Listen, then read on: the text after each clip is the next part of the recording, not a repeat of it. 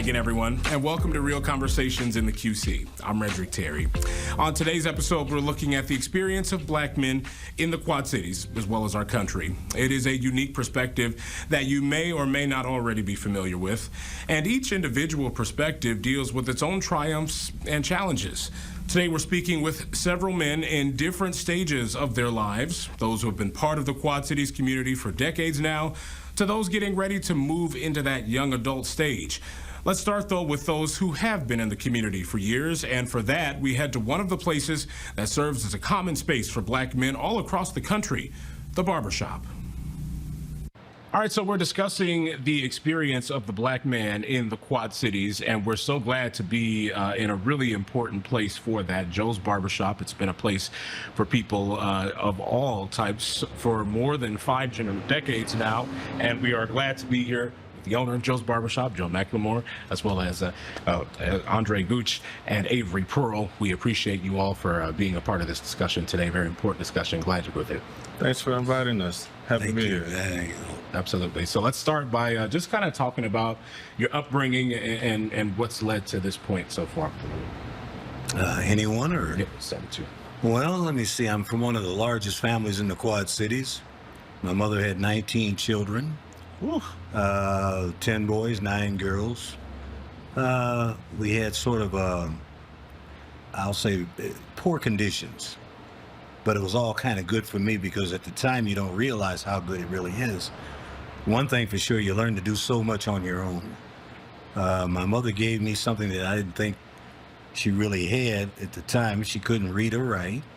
She didn't have a formal education. She didn't even have a birth certificate. But at the same time, she gave me the essentials to life, which most people today don't seem to have. She taught me, she said, if you can't take care of yourself, son, you can't take care of nobody. Number one, she said, keep something in your pocket, roof over your head, and always enjoy what you eat. She gave me those essentials, and it worked. By the time I left home, all my brothers and sisters, we all took different avenues. Well, here I am. I could probably sit here and talk for the next 30 minutes, maybe more, because all the avenues that I took, I had to learn on my own. And quiet as it's kept, it's pretty good for some people. It was good for me. I knew what I wanted. By the time I was about 14 years old, at 13, I was working full time, but it was just in the summer. I would caddy, and I would carry 2 bags. You got $3 for 18 holes. But of course, that was good money at that time, because you could buy a pair of shoes for $3. Well, the bottom line is you could buy 2 pair for $5. It was called Hills Brothers Shoes. I learned how to take care of myself real early because of this lady. See, and when you get to be this age, I'm on my way out now. I'm born at 43. I'll be 80 years old and August 30th. Hey, appreciate everything I've done and what I've got. All of it kind of wore off on me, so, and today I see people that have so much advantage, they don't seem to understand. Here we're living in a country with so much controversy every day. I'm so tired of hearing it. I don't think most of the people that live here really appreciate America, and it isn't just one race. It's the people that live here. I've talked to most of the people that don't live here. They love it. They'd actually kiss the ground, and they love it. They'll go to work. I've got guys who'll come in and tell me that I'm not working 12 hours a day. I said, is the work pretty hard? That used to be a reason for quitting. Second, do they pay you very well? He said, yeah, they have good money. I just don't want to work 12 hours. I said, oh, okay, fine. Well, this is the attitude in America. Always trying to check out the person that pays you, things of that nature. And of course, my brothers and sisters, hey, most of them did very well. I've got there's only 6 of us left living. I got 1 more brother, just 2 brothers and 4 sisters. We have an older family, But, hey, another thing, if you got a family, do everything you can if you're in a position to help them, some of your family members. I would always help my family members. My mom taught me that. If I got $100 in my pocket, give your brother 25. He needs help, or your sister. You got to always learn to share. This generation here, I can't blame them too much. I think the parenting is just poor parenting. Don't ask me how they got that way. All I know is the parenting is terrible. whenever you have a business, you get to deal with this. Disrespectful people, I've never seen anything like it. And you have to hold your horses simply because you can be down in one of those cells. But of course, you got to really maintain. The parenting is terrible. It's not the kids. Kids are going to be kids. They're going to be kids. That's never going to stop. It's the parents. They've allowed the kids to do too much of everything. No controls, no structure. And I'm so tired, like I think I told you before, going on the two-parent home, my eye. One parent is all you need. Someone that loves you and cares about you. They can raise you. I've seen men talking about, well, women can't raise boys. Oh, yeah, okay. That's that chauvinistic crap. Man, my mother did it. What? That's all. She did a good job. And this generation should appreciate it. The system keeps pushing the two-parent system. There's nothing wrong with it, but good Lord. Man, I done seen some women do better with their children than the two parents are doing. And I tried to find stats on how many two-parent homes fail or succeed. I can't find any stats on that, but I can find a lot of stats on the ones that are failing. You get plenty of that. So I try to tell people every day, appreciate your mom. Most of them have moms, especially African Americans. And, hell, you're talking to the wrong person. You're disrespecting. Man, Lord have mercy. I cared for my mom. You know, that's all I can say because I knew she was doing a hard job. And every time I got a chance to, I tried to make her happy. And that's all life is. It's whatever you see, you know, right from wrong. Yeah. All right, Andre, tell me about your upbringing. My upbringing, born and raised Davenport, Iowa. Two-parent household. I was fortunate. Dad came from Mississippi, sharecropper. Mother, I think she moved up here from Missouri. They met at the local J.C. Penney. I grew up, my dad had a decent job, so I got to grow up a little bit in better circumstances than a lot of my peers. And growing into adulthood, I see the effect of what I received at home versus what they did and didn't. I had a lot of men in my life that were able to impart wisdom, whether they were perfect or not, that's a whole nother thing. All the schools I went to really kind of reflected the local demographic, you know, as far as, you know, races, really. In a lot of classes, I was sole black child. So that was a unique experience in itself. And sometimes you had a few, you know, but I was able to experience a lot of different cultures, from Vietnamese, Hispanic, you know, you're Irish, you're German, just French, like so many different cultures. So the Quad Cities, growing up, how I did, where I did, the schools that I attended, it really helped me see the world multiculturally and for the way that it really functions, to keep it short. Yeah. But for the most part, especially among my peers, I grew up in a very fortunate circumstance to have both my mother and father in the home, and that made a big difference in my upbringing me into adulthood and how I raised my own children. AB, what about you?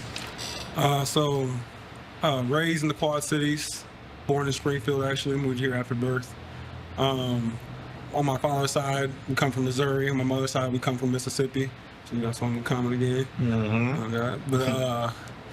I lived in a single parent household, my mom and 3 other siblings. It was 4 of us.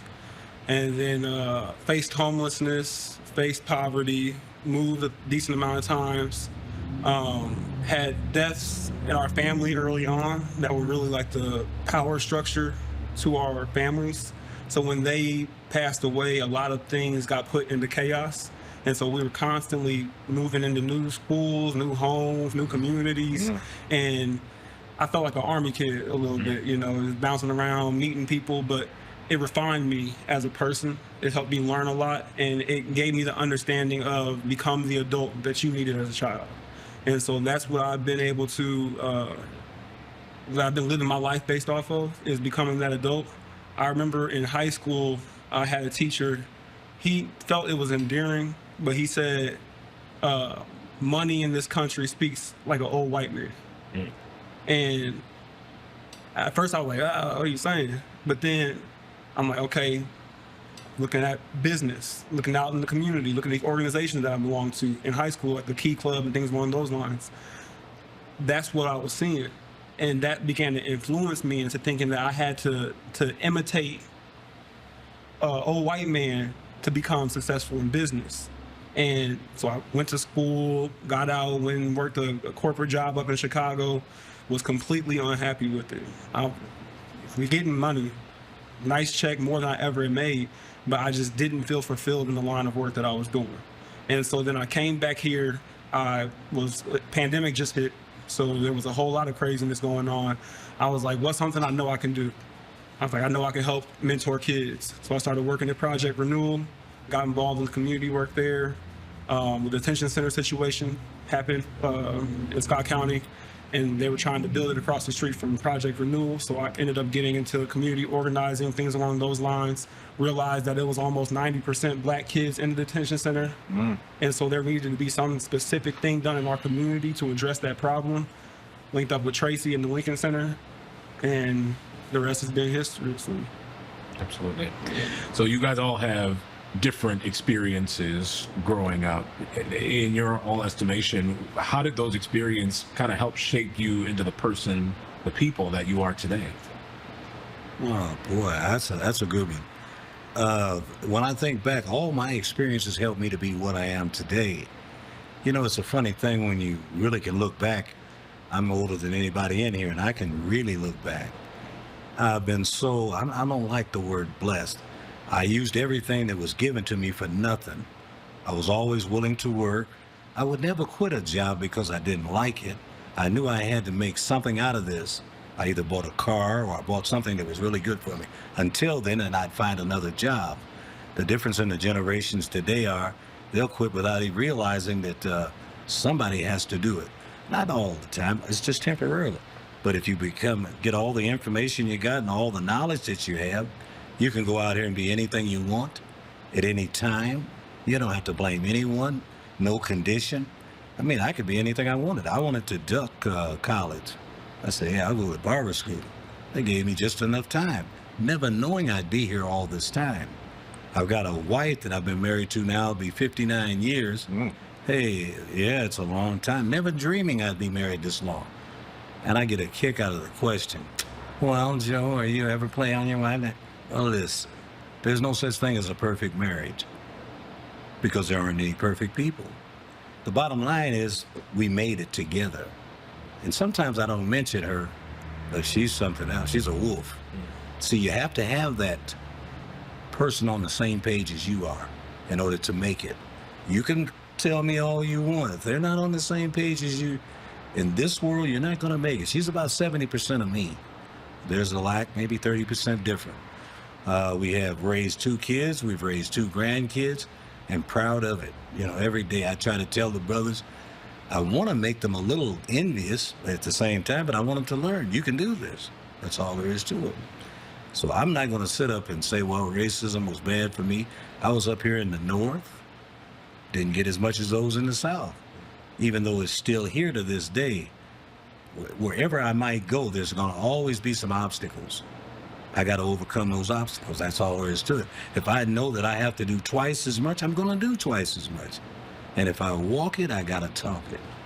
See, and everybody all the time will be telling me, oh, I don't want to hear it.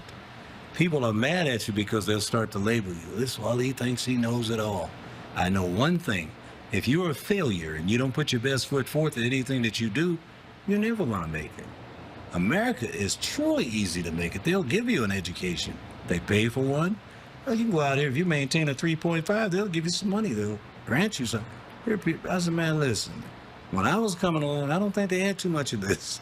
Not give me stuff. Now you can get it. You know, I tell my grandkids, all of them, and I tell my son and daughter. My son had a little problems for a while, but hey, we straightened it out because we work together as a family structure. Now, of course, I think you need structure to raise children. But if the condition is the way it is, what are we going to do? Just keep talking about it? Listen, respect that parent, that one person that you have. That's all you can do. I keep going back to that. And I tell all the brothers when they come in here, I don't want to hear it, and believe me, I don't. This nation, you can do anything. I can walk out of here at 80 years old and do anything I wanted to. I can still go to school. I can make anything I want, amount of money I want to. Anything happens, I can make it happen because it's the person. Say no more. Yeah. I could probably talk all day, but I'll shift the question to you, Andre. Your experiences growing up, how did they help shape you into who you are today? I'll quote James Baldwin on this one. It says something to the effect of, to be black and conscious in this country is to be in a constant state of rage. I was exposed to an older brother who really made me read and educate myself in a lot of different ways outside of my normal text in school. And, he put me on the Baldwin. And in some ways, I can agree. To understand truly what we've endured, overcome, and accomplished in this country. And despite, and really understanding the odds that were against us, I can understand James in that right? But then again, Maya Angelou says, yes, be angry. Be angry, absolutely. Be angry, but don't be bitter.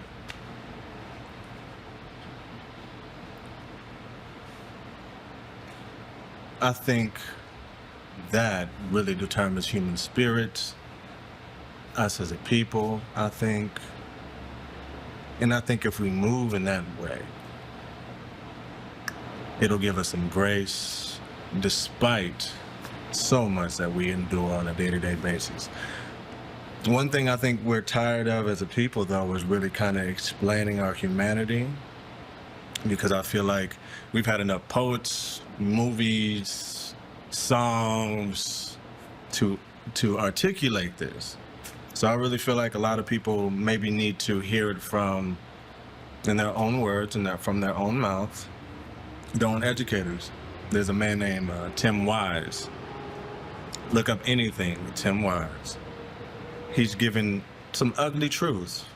This is whether you want to face it or not. There's another brilliant woman named Jane Elliott. I think she was an educator in Iowa. She had an experiment called the brown and blue-eyed experiment. Look that up. If you really want to understand racism, that's a way to maybe digest it in a way that people can swallow initially, but racism in that form, after you watch it, you'll see that's what, as a black person, you've had to endure, overcome, navigate socially in a lot of different ways. But if you want that prism shift, Jane Elliott will give it to you, that mental prism shift. But like I said, I was able to grow up in an environment where I was nurtured more than most. Like I said, it's far from perfect, but I was nurtured more than most. So it gave me a perspective that I can articulate in a way that a lot of people can't. A lot of these young people have no way to really express themselves. It's just my observation as a man has really been more graceful and looking at the younger generation and seeing the potential and being more optimistic about them. They make it difficult to be optimistic about them. They make it difficult because the things that I see on social media, things that I think trip their trigger and fill their ego and fuel their culture. They make it difficult, but there's so much beauty there in their waywardness, if there's such a thing. You know what I mean? Like, I try to be optimistic because just bashing them and kicking them while they're down, that's something that sadly they're used to. They expect it because the older generation has done so. You know what I mean? But there's a lot more bashing and less teaching. You know what I mean? And we really need to shift that. And there's a lot of different ways we can do it. I do it through my art, through my lingo, through social media, through my music. And I think that's one avenue to really get through to this younger generation. But it has to be dope. It has to be fly, too. It can't just be preachy. Nobody wants to hear that, So my optimism is there for this younger generation more than most, because I understand them. I understand the loss, if that makes sense. You know what I'm saying? There's some brilliant minds in this young generation. And I see that they've grown up with social media. They've grown up with, I've come from a generation where I've seen the computer progress from floppy disk to what it is now. They grew up with it a part of their fiber. You know what I'm saying? And I see that effect as good and bad. You know, so just my observations of this younger generation, if we're critiquing them. I love them. I'm optimistic. But there needs to be more kindness among them. You know, I call it this generation, the teenagers, I call them meenagers. They're cruel, man. They can be very, very cruel. So that socially, reconstruction is really what is really needed. You know what I mean? And that's what I'm really working toward. You know, one of the terms that we use among ourselves as black people is we church, and it's an N-word. We know. We use it in a slang term. It's controversial for a lot of different reasons. But one thing I've done is shift that word from that to ninja. You know, it's shifting the narrative, the prism shift. It goes from something that's derogatory, demeaning, you know, the lowest of the low, in a forgive me if I say it, a bastardized form, to something that is more uplifting, that instills some kind of discipline, something, you know. But there's so much negative speak among them and to them and among, you know, that we really have to shift that. So the social shift is really what is needed. No law is going to change, you know, racism. You know, it's a social shift. It's a people thing. Avery, what about you, your upbringing and how it's helped shape you into the man you are today? So like I said, I've been a lot of places, heard a lot, seen a lot. My mom always taught us, it doesn't matter if they're the richest person or the poorest person, you can learn from them. So we'd be staying after school, instead of going to the after school program, helping the janitor out. He telling us about everything he knows. We'd be over there with the principal. He telling us everything he knows. So I always was just a sponge for people who were willing to teach, you know. Then my mom also taught us that it doesn't matter if you are the richest person or the poorest person, you still have your integrity, you still have your soul, you still have who you are, minus all the physical, superficial things. And so that taught me that I can go out in the world, win it all or lose it all, I still got everything. You know, that took the fear off my back of being able to get in these spaces and advocating the way I do and be this presence that I am. And so then outside of there, like I said earlier, being the light has been my driving force. I want to be that adult that I needed as a child. And so I firmly believe you can tell somebody something a million times, unless they see you doing it and see the positive benefits that you get from doing what you say, it doesn't matter. That's the only way people see and learn. And so for me, I can tell one of my little ones, hey, get out and work out every morning. But unless they see me getting out and working out every morning, they're not doing that because they don't see how it's possible. I think that's a problem with a lot of these kids right now, is they don't see the possibility. For me, growing up, it was rap or go to the league. That was the energy that was out in the world. So I'm like, man, I'm about to go play football. I ain't worried about none of this. My mom like, oh yeah, how you gonna get there? Oh, I gotta go to school. Oh yeah, so then do your work. I'm like, okay. It makes sense when you say it like that. But not everybody got a mom like I had, you know? And so when people try and make me to be that person who's like, oh, you made it, why can't they make it? Don't compare my situation to the next, because I had some strong people, despite my odds, some very strong people who was never gonna let me even go down that path. You know what I'm saying?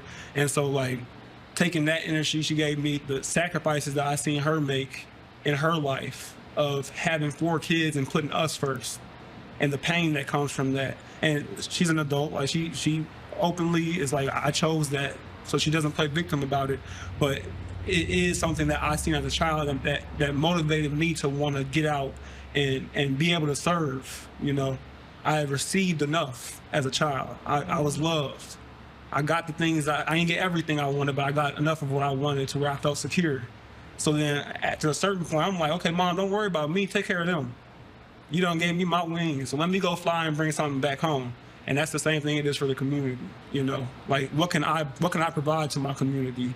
not what can I take from them, what can I make off of them. And so I do my best to serve. I actually try and stay out of the cameras, believe it or not, just because like I really want to support. And I understand that there's great people doing great things and serving in great capacities, and they need other great people supporting them and helping them to stay solid through the storms. Because if you turn on the news at any moment, it's usually something going on. You know, it's always something going on, and we need some pillars of energy that are going to keep just the good times alive. You know, the happiness alive. Like, hey, you all right? You hanging in there? I know it's windy. I know you be going through some stuff. But like, you good? Like, just that little conversation changes lives. You know what I'm saying? And so, just being the light. I've felt the pain.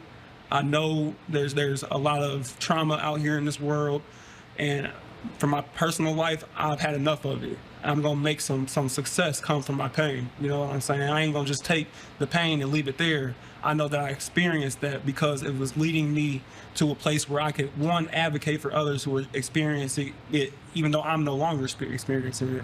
But then also for me to be able to tell my story, tell my truth, and help change this world into a better place. Yeah, you're one of them good people. I didn't even know what kind of work you was doing. See, this is why you need to be on this platform. There was no way, I didn't even know you existed until today.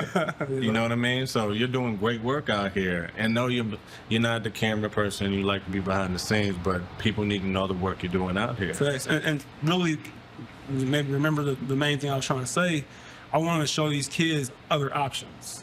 There's other possibilities. You can be a Joe. Mm-hmm. You know what I'm saying? You can be whatever you want. You can build it from scratch. Right. Sometimes you got to work for somebody to do that, though. Mm-hmm. You got to have a strategic plan. If you a ship without somebody sailing it, where you going? Yeah. What you doing? You know? Most of these kids is rebels without causes right now. They got to fight, but they don't know who they fighting. You got to start when they're really young. You have to. You know, the funniest part is I had a program I was instituted into. It was called Read Aloud. Mm-hmm. 4th and 5th graders, oh man, they enjoyed it. I told them I want to read a 41-page book, and when I get done, it's going to be questions and answers. But I fooled them on one thing. I wanted to find out if you were really serious about learning. I told them, but there's one thing I'm going to, at the end of the story, I says, I got $51 bills here. There's $1 for every correct answer. Even a kid in timeout was answering. My point I'm going to give to you is, these kids have to go right back to the same neighborhood, the same conditions that I just got through taking them out of just for a moment. Right. You cannot. 9 out of 10 times, you're not going to be successful with those children. I went back, Matt McDowell, anyone Davenport know Matt? I wanted to find half of those kids, and I wish you could hear the results. I could give it to anybody if they want to hear it. Most of them failed. I found out you got to take them out of that environment in order to have success. They're going to have a greater success by taking them out of the environment. If he has to go right back, it's a loss, because this is what they did to me when I was a kid. I'd go to Christian camp. Come on. When I got off the bus, I had to go right back. In fact, I hated to get off the bus because the camp was a lot better than my environment. Today, these kids today have so many obstacles. They can if they see it. If we start with our families, this is all we need. If you start with your family and they raise their family and they keep continuing this, give them structure and things of this nature, we'll have a better society. But as far as reaching out, I'm out here in the streets and it works for, I'm so sick of hearing this, well, we saved 1. Out of what, 100? 1,000? I don't want to hear that. I want to hear the opposite. We saved 99 and 1 failed. And the only way to do that is to make people understand that, yeah, you do have a problem. Racism will be here till we die. Color has nothing to do with it. If you get past that, and all you got to remember is this is what I got to do. You can, man, I could go out this door today and I pass any college class because I'm focused. I know what's going to take me to where I got to go. Information, education, all of that. I've seen more people here today that this going on and on and on. Here I am, it's what, civil rights legislation, came in 1965? We're right back where we started. Blacks are at the bottom of everything. That's why this young generation is mad, though. Everything. And do you know why? because we keep going over the same road. We're begging people for something we can do for ourselves. If you put 100 people in here, you cannot stop 100 people in this barbershop. If we pool our resources and know what we got up, this is what we've got to do. The only time we've really made great gains in America as African Americans was right after slavery. You were free. You could do anything. And of course, you heard it, Tulsa. Everybody in this room has. Absolutely. They were making great gains because they were forced to do it. Like Wall Street. Integration, I'm not saying be segregated, talking about running and killing whites and all this. But the bottom line is get up and do something for yourself. That's all you got to do. I found out all the dead-end jobs I had. I used to hate it. Shine shoes, wish I would. Things of this nature. Man, you a man. I seen a guy shine shoes and send 4 kids to college. That's what I'm looking for. Don't let this get you down. I seen a guy mop floors all his life, did floor care. His name is Steve Overton, worked over at North High School. Anybody know him in here? Thank you, dear. And you see what he's already done and accomplished, just doing floors. I seen people haul garbage. Now everybody's hauling garbage. Everybody's washing cars. I seen when I was coming up, a black man washed cars. Whites didn't. Now they're washing them. Oh, they're hauling garbage. Watts became so big because of what? Hauling garbage. We got a Cribs right now, Cribs Landscaping. Nobody wants to talk about a millionaire just cutting grass. Hey, listen, you can raise a family doing anything if you set your mind to it and want to do it. Don't let them obstacles stop you. Man, if you put your hands on me, it's the only time I'm going to let something stop me. With all that, call me what you want. You stand over there all day. Call me anything you want. Please, but don't put your hands on me. I'm not going to go to jail for something that's stupid. I don't want to because I know what this justice system will do for me, or should I say this so-called justice system. And I tell all the young people, man, don't stop that. Don't do that. Everyone I talk to, sometimes they're a little too far gone. But if I could get a school to look up this one, tell everybody in this room here, look up Boys Town in Nebraska. Father Flanagan had the right ideas. Do you understand what I mean? He started with all of them here. That's why 90% success. You cannot start with these kids that are up there in their teen year. Their peers. No, I'm trying to say that you have to believe me, they'll bless you if you keep talking to them. Yeah. The bottom line, their peer groups are better. They're more into their peers. You take the boy everybody's talking about, the young man with the gun on website that plays basketball in the NBA. Mm-hmm. Well, can't you see his peers are more important than me and you? Yeah. Oh, but I can hear all the criticisms. Hell, it's the peers. He's got buddies. He's got friends he come up with. He's a multi-millionaire. But it's kind of hard to stay straight when you still got your friends and they doing a little something different. That's not keeping it real wrong. Thank you. Yeah, and what am I supposed to do with this? Yeah. Well, you need to walk away from your friends. He ain't going to do that. It doesn't make sense for him to do it. Yeah. If anything, do what my boy did. LeBron's took 4 of them with him. Yeah. That's all I can say. But when you still honoring your peers, I see guys in here because one guy's got $5,000-$6,000 in his pocket. Oh, they love that peer. I'm not telling them not to. I'm just thinking, man, don't you think it's more important to look down the road a little bit? You just seen him go to prison. Are you next? It's that influencer. The influence from the peers, yeah. Well, it's hard for people to deal with it. Really? And I don't have all the answers how to deal with it. But I do know one answer. Make sure you follow your children and make dang sure that they're doing the right thing. And you've got to walk it. You can't just be talking. Like you said, I'm going to tell you to do something I ain't doing. That doesn't even make sense. So I tell people all the time that if you can see it, you become productive. I got a guy that worked here for 26 years. And he's down in prison. See, obviously, he didn't want to see it. He comes from a different generation, though. You come from a generation where it's sweat, grit. No, seriously. You part of it, yeah. I agree with that. That was the way to prosperity. You would get a factory job, 30 years, pension for. That's right. That's not the reality for this generation. Stop right there. Some of them made it better for their kids. Look at you. The more you sweat and the more you did it, it wasn't for you, but it was for you. Now, that's just part of that conversation. We're going to have the full version available for you to watch on our TV6 website and news app. So from those who already have a lot of life experience to those who are just getting ready to start their own experiences as adults, let's get some perspective from a couple of teenage athletes here in the QC and one of the men who is helping them along in their journey toward adulthood. Our Tim Stinson handles that conversation from the Lincoln Center. Welcome to Real Conversations. Real Conversations, where we are getting the Black perspective in our community. Conversations like this I love to have. It takes me back to the days when I was growing up on the court, playing some basketball, having fun, just talking with the fellas, you know, and every now and then some of the girls would be out there. We just all be having just a conversation. That's what we're going to do today with these young men here. I'm going to have them, each one of them, introduce themselves to you, and we'll get started with you. My name's Gio, and I'm a sophomore in high school. My name is Travis Thomas. I'm head coach of Team Face Elite. My name is Jonathan. I'm a sophomore in high school. My name is Jaquay Scott. I'm a graduate from Rock Island High School. So as you can see, we have a lot of different levels here when it comes to age and what's going on. You guys, some are in high school, some are out. Coach Travis, we're going to start with you. And kind of want to keep it, we'll kind of come around and come up to you last then, okay? Matt, call you Gio? All right, we'll do that and then it's up.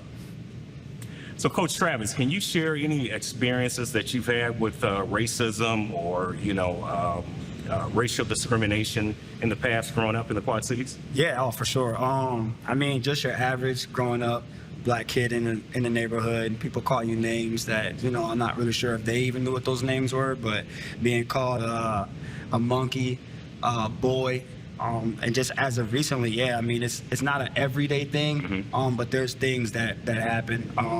I took these guys to a tournament out of town. I can't remember, it was maybe Minnesota, Missouri, Indiana, I think, and they were calling us boy. I don't think it really resonated with them too much, but it resonated with me. Like, that's not something that you're supposed to be saying, you know what I mean? Right. To someone of our race. So it happens, but sometimes you can't speak up all the time on it, you know what I mean? Like, sometimes it's just ignorance. You can't fight ignorance with ignorance, so. Right. So a lot of times people don't know that we hear this a lot. It's every day. And you brought up the topic about being called boy. And I was reading something, I was doing a little research on something where a lot of people, sometimes when we're hanging out, we'll say, what's up, fellas, what's up, boys? You know, these are my boys and stuff. And a lot of people, sometimes they are taking offense with that. It's like, we're men, you know, let's be called men and stuff. So that's a lot to go through and things. Have you go next. Yes, anything that you've dealt with racism-wise? Yes, sir. Nothing really? Okay. Yeah, I've been through a few situations, and it's really like, that stuck myself. Yeah, it's really just ignorance, and you really can't really speak up too much about it, because like the workplace you could be at, like, could be stuff like that. But like, yeah, that's all I've really experienced like that, the workplace. So sometimes I think what I'm hearing so far, and we'll come back to you here in a second, but you know, ignorance came up twice. They're just not even, you know, they're ignorant to the fact what they're doing, what they're calling us or whatnot. Sometimes I think that's could be a crutch or whatever. They might know that. What about you? No, not really. Not really. Okay. And right now you're the youngest on the panel here, I think. So it's just correct. Am I correct? Yeah. Okay. And that's, I guess I'm happy that you haven't gone through anything like that yet before and things. I'm originally from Ohio. I went through some things, pretty much Travis, names being called or something like that, but not a lot. But I know a lot of people, you know, they do go through that and stuff. Got to put the glasses on because I'm a lot older than you young men and stuff. So what kind of challenges do you guys face being a Black young man in the community? Whether it's, you know, on an educational level, whether it's a job level, what kind of challenges? We'll start with you again, Travis. A lot. I mean, because it's what people perceive. So it's before they even get to know you, you're automatically judged by something else because of your race or because of someone that may be the same race that may have done something. So they think that everyone acts the same. So yeah, it's a challenge for a lot. It's like I feel like I have to do more. I have to do extra. I have to be the sharpest one in the room, the smartest one in the room. I have to be, you know what I mean, the more intuitive one in the room because of the people they judge, you know. And it's not, again, it's not necessarily their fault, you know what I mean, but it's definitely something that happens, and it's hard. Okay. You talked about, you know, being the smartest, being the best in the room. You kind of have to come in that way and things. And I don't know if, you know, you're, you know, peers, all you guys feel that way. Do you feel that way when you step into a Yeah, situation? you gotta be more cautious. You have to do everything a little bit more better. If you understand what I mean. Like, you can't do the same things that everybody else does the same way. Like, you gotta hold yourself to a higher standard. Okay. Okay. Is that fair? No, I mean, no, too. no. It's not fair. It's not fair. It's not fair. How about the two of you? Have you run into anything like that, or how? Same thing. Same thing. Let's talk about in the school system, being a young black man in the school system and stuff. You think there's some racism there? Is it tougher going through school? So yeah. Yeah. Yeah. Okay. Anything that you've been through, or any Non-respect. respect? Yeah. You think there's less respect Yeah. for the young black man in school? Yeah. Okay, so a lot of less respect. Is there less the respect not there from the educators or from fellow students of other races? It's mostly from peers. From my perspective, like, they could be scared just because they don't know you, or they could call you names without you even knowing, and just stuff like that, little stuff like that. It just adds up. How'd you deal with that? Mostly, I just left it alone. I should have said something in the moment, though. I mostly just leave it alone, move on. Okay. Younger brother at all? Younger sister? No. Okay. Younger If you guys, anybody have any young siblings? Yes. That's coming up behind you, and with you experiencing sometimes racism and stuff, are you having conversations with your younger siblings about this, what they might be experiencing? I mean, I have a younger son and Okay. a younger daughter. Okay. And I mean, my son is about to that age where you have to have that conversation with him to kind of let him know, like, these things do exist. Don't be oblivious to it. You know what I mean? My daughter's not to that age yet, but it's a hard conversation. I mean, it's definitely a hard conversation. I have older kids too, but I still have that conversation with them as well. Like, it sucks when you leave the house. You feel like you got a stripe on your back. You know what I mean? Like, Okay. that's a bad feeling. And then even my boys, like my basketball kids, I have 3 teams are full of boys, of all different shapes, sizes, and races. But I look at them like they're my sons too. So we have those conversations, like, and some stuff like they don't see, so I don't address it if they don't notice it. But if they do notice it, then I address it. To try to give them a different perspective about it. So. Okay. How do you guys feel when Coach has conversations with you guys on that? I feel like it's necessary. Like, it should be happening, because really, it's a crazy world out here, for real. Like, anything, like, they can do anything at any time. Yeah, I feel like it's just necessary at the end of the day. Feel it's necessary. Okay. We talked about media too when we were starting. I wanted to touch a little bit on that because, I mean, when I was growing up, we had TV and we had 3 channels, basically. And now there's, you got your streaming devices. We have Snapchat. We have, what some of the other ones that we have? Instagram. We have Facebook. You guys on Facebook? Utilize Facebook? TikTok. I mean, it's out there. It's out there. What do you guys, how are you guys, or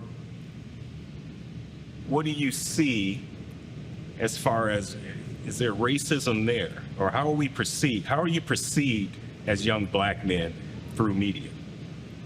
I think media portrays them wrong. Okay. Not all of it is negative. Some of it is good, but for the most part, like, they're perceived as ghetto, thugs, aggressive, ruggish, have no care, just ruthless people, and they're all not. You know what I mean? You're gonna have your group, your isolated group that may be like that, but for the most part, it sucks to have all the youth be put into that category because they fit the description. You know what I mean? And yeah, that's on like every social media site. Like, they're portrayed as, I just saw a video the other day of a bunch of kids with their pants sagging, but that doesn't mean that they're a thug because their pants are sagging. It doesn't mean that they're a bad person. Doesn't mean they're from a broken home. It's just that's the way that they decided to wear their clothes. They shouldn't be, Right. X'd for that. So, what are some of the things that really, I guess, that you are concerned about when it comes to looking for that job, going to that college, whether it's a HBCU or just a normal state college? Are there any concerns that you're thinking about? What's it off? I don't think there's any concerns personally for me about anything like school-wise, but I don't know, it could be different for them also. Let me ask you, Travis, you have concerns for your young men who's playing basketball with. I mean, I have a son in college. I have an older son too that's like working a job and a regular job. But I have concerns for them when they walk out the door. I have concerns when they leave practice and they're not with me for that hour and a half, 2 hours. I have a concern, just because I know how brutal the world is. I know how they can be looked at. I know how they can easily be tempted to temptation. So yeah, it's always a worry for me, and maybe I stress myself out about it, but it's bigger than coaching for me. So it's always a concern with me. Again, I just try to steer them in the right direction, but I let them figure out and find out things for themselves.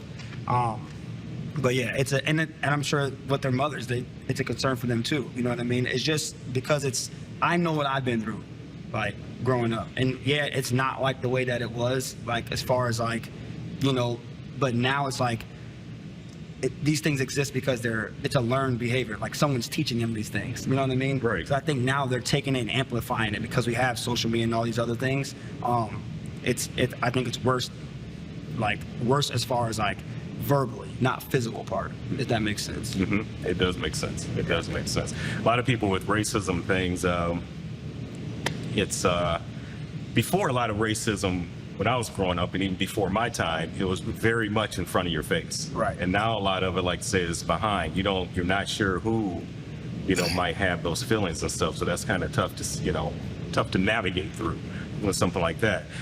You mentioned, possibly, once they leave you worry about them. When you guys do leave the gym or you're at home, do you have a mentor, someone, whether it's your parent, whether it's somebody in the community that you can talk to about any situations that arise that, talk to you about the racism? Yeah, I feel like Coach Trav, one example, I feel like I could talk to him about anything like that. Like, he would help me through it, I'm pretty sure. Okay. Same with you, Coach Trav? Same. Okay, all right. You got a lot on your shoulders there. I can carry it. I can carry it. That's good. What else have you run into? Anything else in the cities or even outside the cities when you guys travel for basketball? You brought up a few things, but yeah, like we'll go out of town. We don't really never know like what kind of like hotel or whatever we're staying at, but we'll go places in like the like suburb areas or the more like not like the downtown part, but more like, suburban areas. More, yeah, we get crazy looks. Like they look at us like we're crazy. They can tell that we don't belong there. We'll be walking in the mall. People will walk to the other side. They'll be snickering and stuff. But I mean, you gotta have tough skin. Yeah, you do. You kind of move on from that. Yeah, and I just laugh too now because like, do I waste my time and address it?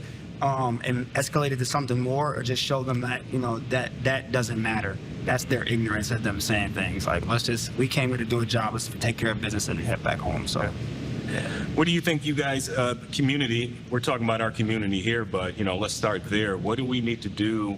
I guess what kind of conversations would you like to see start to happen to start fighting this racism, possible racism in the community and things? What kind of conversations should we be having? Diversity conversations. Okay. Yeah, like for sure. Like there's just people a lack of knowledge, so they assume. You know what I mean? Mm-hmm.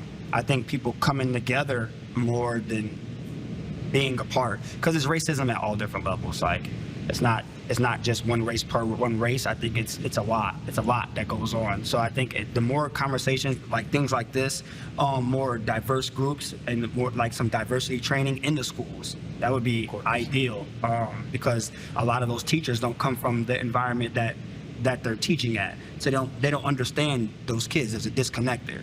You know what I mean? So in order to relate to them and have a personal relationship with them, there needs to be some type of like, oh, I get it. They come from a broken home, because they may not see that from where they're from.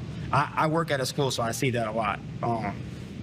So yeah, I would just say like diversity okay. Training, or just diversity community conversations, like things like this. Like at the center, we'll have conversations with a group of people like, how can we help the community? I think it's just too much you do your thing over here, you do your thing over here, versus everyone coming together. Because we are the community as a whole. Every race, we make the community. That's true. That's true. Amen to that.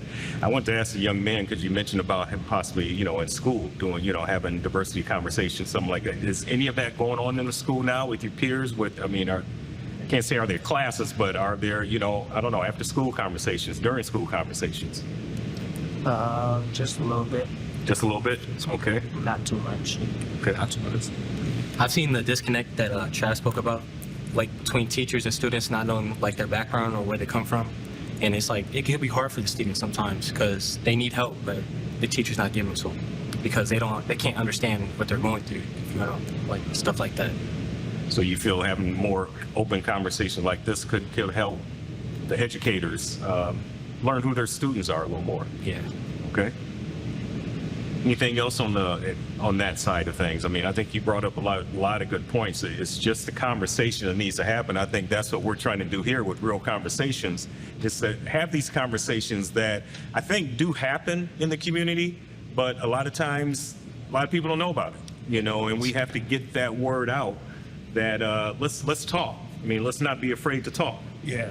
And then it has to be a real, like you said, a real conversation.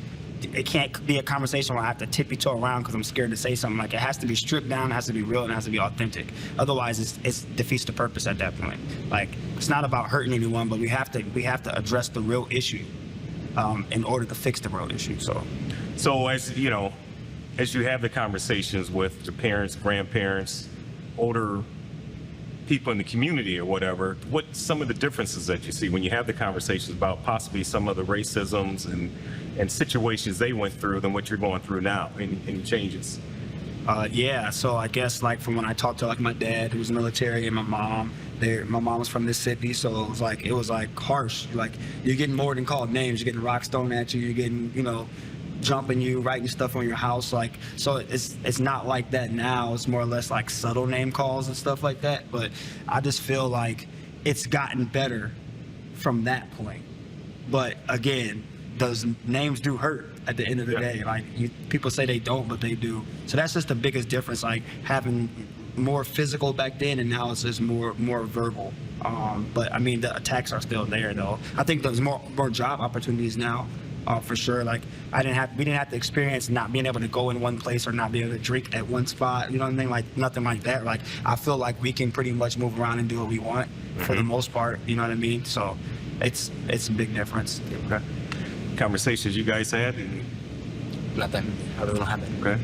You brought up about, drinking fountains. You couldn't, when you went to theaters. Now you can go to theaters, you can sit wherever, where before you had to sit in the back or up in the balcony, back in the day and stuff. You couldn't be at a certain place at time. How do you think, you young gentlemen up here, how do you think you would, feel that? What if that was now? How would you be handling that? How would that make you feel?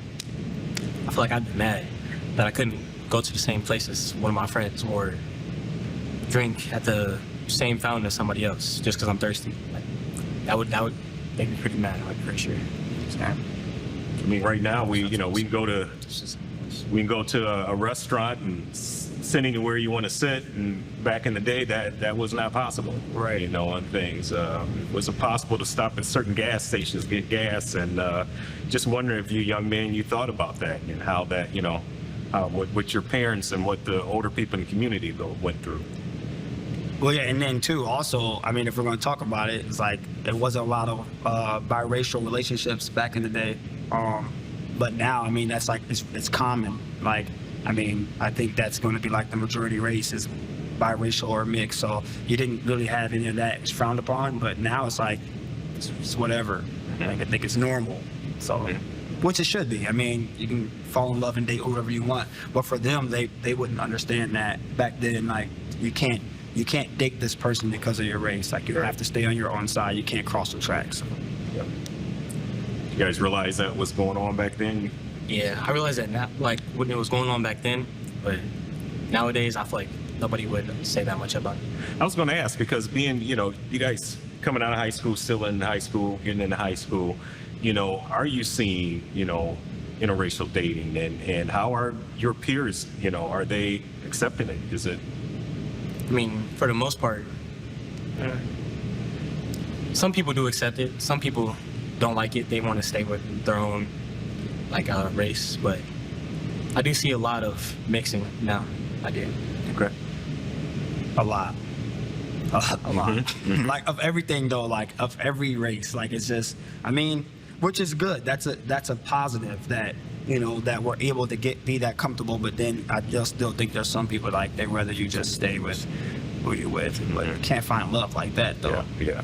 I think that's a whole another conversation into, you know, why date if you're dating outside your race, what is the reasoning? Is there a reason why? Or is it just like we fell in love? Yeah, that's it. I mean, that's it. You know, it doesn't have anything to do with anything else. So, yeah. Well, gentlemen, I want to thank you guys for taking the time to sit down with KWQC and Real Conversations. I enjoyed the conversation that we've had. I think it can continue, and I think it should be taken out to the community more and into the schools. That was brought up here and things. So we appreciate you taking the time. We appreciate everyone here watching, and tune in again for Real Conversations. And a reminder, you can watch the full versions of both of those conversations right now on our TV6 website and news app. Now, when it comes to those kids and young adults, strong positive influences and role models can make a huge difference in their lives. Our Evan Denton has some of the people who help provide some of those positive influences for kids right here in the Quad Cities. The kids are our future. They're on our shoulders so that they can reach higher than what we've reached. Mentorship is defined as a period of time during which a person receives guidance. For Michael Cole, he takes the opportunity to mentor children seriously. We have to, as adults, grown people, have to pass the baton to young people.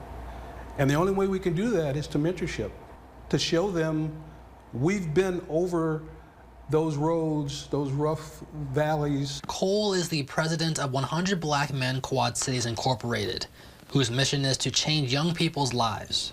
Kids can be raised by the street, but we don't want that. We want them to raise them to be productive citizens and giving back to the community. As mentors, we have to say, hey, this is how you can get here. This is how things that you need to do, you know, to get to that level. Can't just be a hit and miss. You got to be a part of their lives 24/7. In 25 years, Cole says 100 Black Men Quad Cities Incorporated has helped thousands of children and their families by providing job shadowing and learning opportunities. The beautiful thing is that some of the kids that have been in the program, when we go up to the University of Iowa, come and talk to the kids that are visiting, and that's even more of a connection because it's showing the kids that, hey, I can do that. I can take this journey. You know, I can be a student on a campus. Lonnie Westerfield owns 3 different businesses, including Celebrities Beauty Supply Store, and offers a financial literacy mentorship program to elementary school kids. I think it's very important to mentor kids how important our finances are, right? I mean, we need finance to take care of ourselves in life. Once the financial vision open up, they can do anything they want in America. Now we have to show them examples, being smart with your money. Westerfield says his financial literacy program currently has 28 kids between 2nd and 5th grade. This is not a one-step program. This is a life program. They get to come here and see that I'm not just talking to you about it.